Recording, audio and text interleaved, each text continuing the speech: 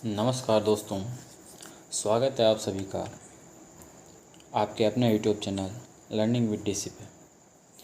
आज हम बात करेंगे भाषा विकास और उससे संबंधित महत्वपूर्ण विकास सिद्धांत और जो प्रीवियस ईयर एग्ज़ाम्स में पूछे गए सवाल हैं उनके बारे में।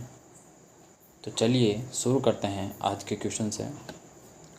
देखिएगा क्वेश्चन नंबर एक कह रहा है, भाषा अर्जन की सर्वाधिक संवेदनशील अवधि है। ऑप्शन है किशोरावस्था, जन्म पूर्व अवधि, प्रारंभिक बाल्यावस्था और मध्य बाल्यावस्था। क्वेश्चन में आपको बताना है कि भाषा अर्जन की सर्वाधिक संवेदनशील अवधि कौन सी है। तो इसका राइट आंसर हो जाएगा ऑप्शन सी, प्रारंभिक बाल्यावस्था जो होती है वो भाषा अर्जन की सर्वाधिक संवेदनशील अवधि मानी जाती है। क्वेश्चन नंबर 2 देखिएगा, शब्द जाल अवधि है। आपको बताना है कि कौन सी अवधि को शब्द जाल अवधि कहा जाता है। ऑप्शन है 9 महीने से 1 वर्ष, 0 से 3 वर्ष, 3 से 6 महीने और 6 से 9 महीने। तो क्वेश्चन नंबर 2 का राइट आंसर हो जाएगा ऑप्शन डी, 6 से 9 महीने की जो अवधि होती है उसको शब्द जाल अवधि बोला जाता है। ध्यान में रखिएगा, इम्पोर्टेंट सवाल है। क्वेश्चन नंबर 3 देखिएगा, ध्वनि की गति के अनुक्रम संचालन एवं उसकी रचना से संबंधित नियम की चर्चा करता है तो उसे क्या कहते हैं।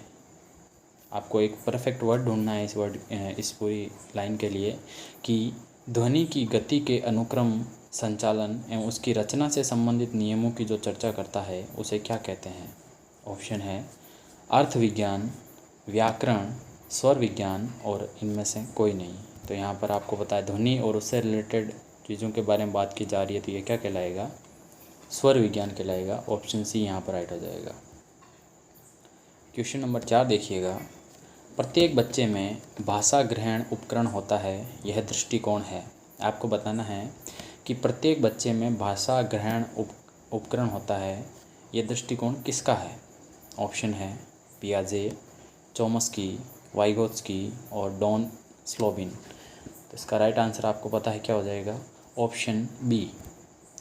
नोम चोम्स्की का ये मानना था कि प्रत्येक बच्चे में भाषा ग्रहण उपकरण पाया जाता है और उसकी मदद से वो किसी भी भाषा का अर्जन कर सकता है।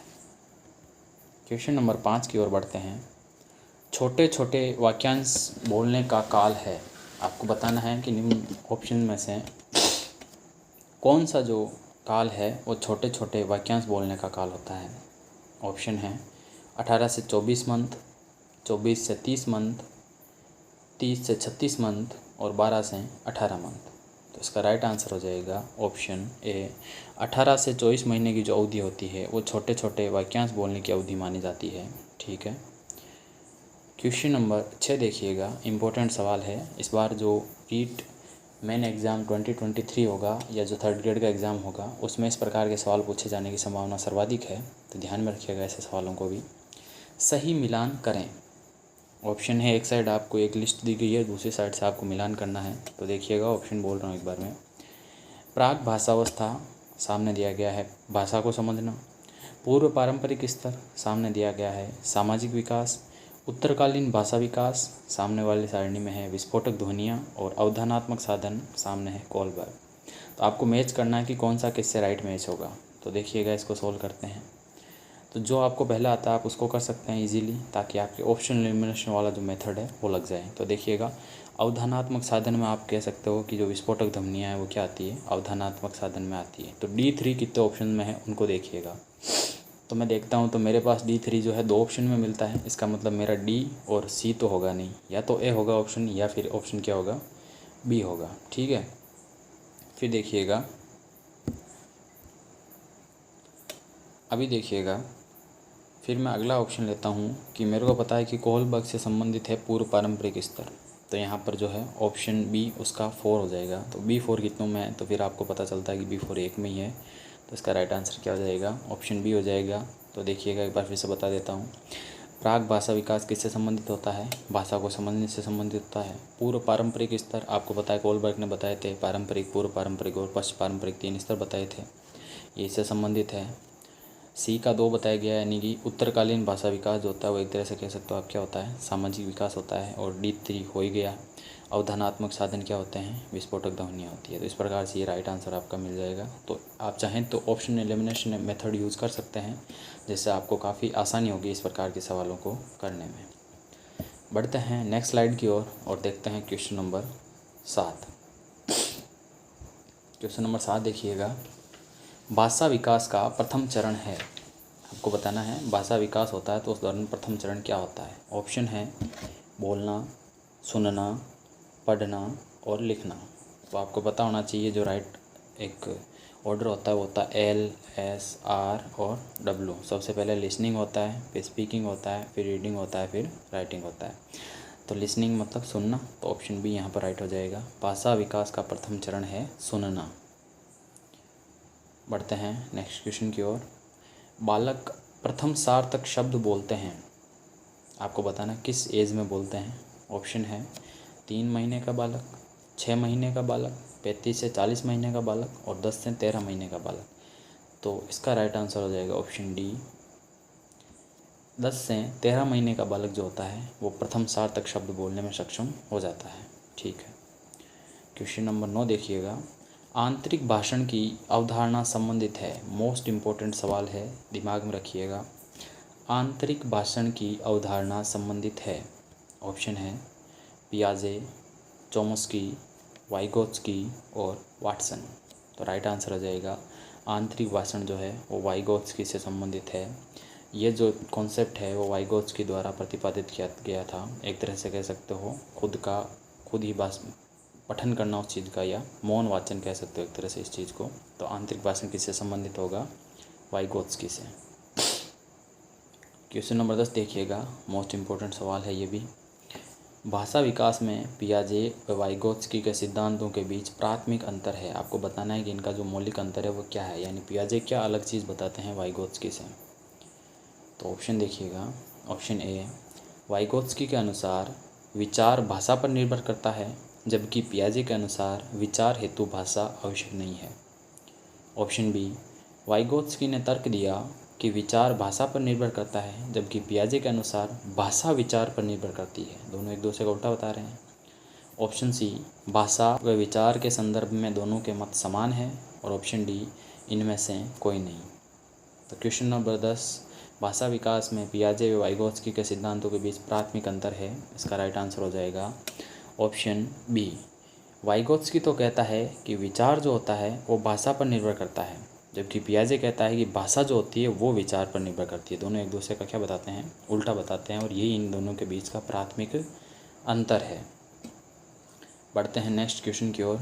ये भी इम्पोर्टेंट सवाल है, आपको आना चाहिए अच्छे से। ये LAD या फिर लैंग्वेज एक्विजिशन डिवाइस की अवधारणा किससे संबंधित है, यह बताना है आपको। ऑप्शन है जीन पियाजे, BF स्किनर, थॉर्नडाइक और नोम चॉम्स्की। तो जो LAD या फिर लैंग्वेज एक्विजिशन डिवाइस है, ये थियरी किसके द्वारा दी गई थी, नोम चॉम्स्की के द्वारा दी गई थी। आपको पता होना चाहिए इन्होंने भाषा विकास का सिद्धांत दिया था, जिसके अनुसार कोई भी बालक किसी भी भाषा को स्वतंत्र रूप से सीख सकता है, क्योंकि उसमें पहले से उसको सीखने के लिए एक तंत्र मौजूद होता है, जिसे क्या कहा जाता है, LAD कहा जाता है, लैंग्वेज एक्विजिशन डिवाइस कहा जाता है। बढ़ते हैं क्वेश्चन नंबर 12 की तरफ। किसके अनुसार भाषा व विचार स्वतंत्र होते हैं। ऑप्शन है वाइगोत्स्की, पियाजे, कोहलर और चॉम्स्की। तो राइट आंसर हो जाएगा ऑप्शन डी, नोम चॉम्स्की के अनुसार भाषा और विचार एक दूसरे से संबंधित नहीं होते हैं, दोनों के दोनों स्वतंत्र होते हैं। क्वेश्चन नंबर 13 देखिएगा, स्किनर के अनुसार बच्चों में भाषा विकास निम्न का परिणाम है। आपको बताना है कि स्किनर के अनुसार बच्चों में भाषा का विकास कैसे होता है। ऑप्शन है व्याकरण में प्रशिक्षण, अनुकरण व पुनर्बलन, अंतर्जात योग्यताएं और परिपक्व। तो यहाँ पर राइट आंसर हो जाएगा, आपको पता होना चाहिए कि स्किनर जो है वो पुनर्बलन और अनुकरण से संबंधित है। ठीक है, नैमित्तिक अनुबंधन वगैरह दिया था इन्होंने। तो यहाँ पर राइट आंसर हो जाएगा ऑप्शन बी। ये कहते हैं कि अनुकरण और पुनर्बलन के द्वारा बच्चों में भाषा का विकास संभव है। क्वेश्चन नंबर 14 देखिएगा, बहुत इंपॉर्टेंट सवाल है। भाषा विकास की तीसरी दशा है। आपको बताना है भाषा विकास की तीसरी दशा कौन सी है, जो ऑप्शन दी गए हैं उनमें से। ऑप्शन है तुतली भाषा की दशा, पूर्व भाषा की दशा, भाषा ग्रहण की दशा और शब्दानुकरण की दशा। तो इसका राइट आंसर हो जाएगा ऑप्शन डी।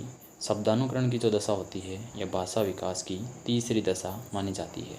यानी कि बालक जो होता है वो जो भी वर्ड बोले जाते हैं जो भी घर वाले हैं उनके द्वारा उस चीज़ का क्या करता है, अनुकरण करता है। इसी को कहा जाता है शब्दानुकरण की दशा। क्वेश्चन नंबर 15, ध्यान दीजिएगा। बालक की पहली अर्थहीन ध्वनि आपको बताना है क्या कहलाती है। ऑप्शन है बड़बड़ाहट, टेलीग्राफिक वाक्य, रोना और वाक्य विन्यास। तो बालक की पहली अर्थहीन ध्वनि ऑप्शन ए राइट हो जाएगा, बड़बड़ाहट कहलाती है। ध्यान रखिएगा, ये टीट 2018 में पूछा गया है। बालक की पहली अर्थहीन ध्वनि क्या कहलाती है, बड़बड़ाहट कहलाती है। क्वेश्चन नंबर 16 देखिएगा। भाषा अर्जन का सही क्रम है, हम अभी वीडियो में बात कर चुके हैं इसके बारे में, एक बार फिर से देख लीजिएगा। भाषा अर्जन का सही क्रम है, ऑप्शन है कथन, श्रवण, पठन और लेखन। श्रवण, कथन, लेखन और पठन, लेखन, पठन, श्रवण और कथन, और श्रवण, कथन, पठन और लेखन। तो इसके बारे में पहले बता चुका हूँ, आपको डायरेक्टली याद रखना है LSR और W। सबसे पहले लिसनिंग होगा, ठीक है, श्रवण होगा। तो श्रवण कितनों में है उनको देखिए और बाकी को काट दीजिए। तो देखिए ऑप्शन ए में श्रवण जो है शुरुआत में नहीं है, कट जाएगा, और ऑप्शन सी में भी श्रवण नहीं है, इसका मतलब ये भी कट जाएगा। यानी कि आपका जो उत्तर है या तो बी होगा या फिर क्या होगा, डी होगा, ठीक है। फिर उसके बाद देखिएगा एल के बाद क्या आता है, एस आता है। एस का मतलब क्या आता है, स्पीक, बोलना, तो कथन, दोनों में कथन बराबर है।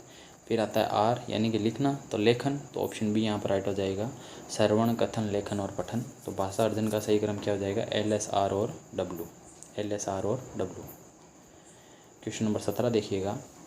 कौन सा नियम निजी भाषण और आत्मनियमन को प्रोत्साहित करता है। ऑप्शन है जेरोम ब्रूनर, जीन पियाजे, हेटी और ले वाइगोत्स्की। क्वेश्चन नंबर 17 कह रहा है कि कौन सा नियम निजी भाषण और आत्मनियमन को प्रोत्साहित करता है। बहुत ही अच्छा और एक स्तरीय सवाल है। निजी भाषण और आत्मनियमन को प्रोत्साहित करने वाला जो नियम है किसके द्वारा दिया गया था। तो इसका राइट आंसर हो जाएगा ऑप्शन डी, लेव वाइगोत्स्की। वाइगोत्स्की ने जो अपना सिद्धांत दिया था उसके अनुसार बालक जो है निजी भाषण और आत्मनियमन को वरीयता देना चाहिए बालक को, ठीक है, प्रायोरिटी देनी चाहिए। ये इस चीज़ का समर्थन करता है। क्वेश्चन नंबर 18 देखिएगा। बच्चों में भाषा विकास होता है, आपको बताना है कैसे होता है। ऑप्शन है एकीकरण, एक रूप पैटर्न, निरंतरता और व्यक्तिगत भिन्नता। तो राइट आंसर हो जाएगा ऑप्शन बी, एक रूप पैटर्न के द्वारा। क्वेश्चन नंबर 19 इंपॉर्टेंट सवाल है, रीट 2018 में पूछा गया है। 2 वर्ष के बालक का शब्द भंडार होता है। ऑप्शन है 300 शब्द, 200 शब्द, 100 शब्द और 250 शब्द। आपको बताना है 2 वर्ष के बालक का शब्द भंडार होता है। तो इसका राइट आंसर हो जाएगा ऑप्शन ए, 300 शब्द। और आज की स्लाइड का आखिरी सवाल देखिएगा। मानसिक आयाम से संबंधित है, आपको बताना है मानसिक आयाम से कौन सा वर्ड संबंधित है। ऑप्शन है भाषा, आकार, अनुराग और ईमानदारी। तो यहाँ पर जो शब्द दिए गए उनमें से मानसिक आयामों से संबंधित वर्ड है भाषा। तो ये था भाषा विकास से संबंधित कुछ महत्वपूर्ण सवाल, उनसे संबंधित एक वीडियो जिसमें आपसे मोस्टली प्रीवियस ईयर के जो क्वेश्चन है या फिर जो आगामी एग्ज़ाम है उनसे संबंधित महत्वपूर्ण सवाल जो बन सकते हैं उनके बारे में हमने आज डिस्कस किए। तो साथियों, आपको वीडियो कैसा लगा उसके बारे में कमेंट सेक्शन में ज़रूर बताइएगा। और अगर आप चैनल पर नए हैं और कंटेंट पसंद आ रहा है तो चैनल को सब्सक्राइब ज़रूर कीजिएगा। मिलते हैं नेक्स्ट वीडियो में, तब तक के लिए जय हिंद।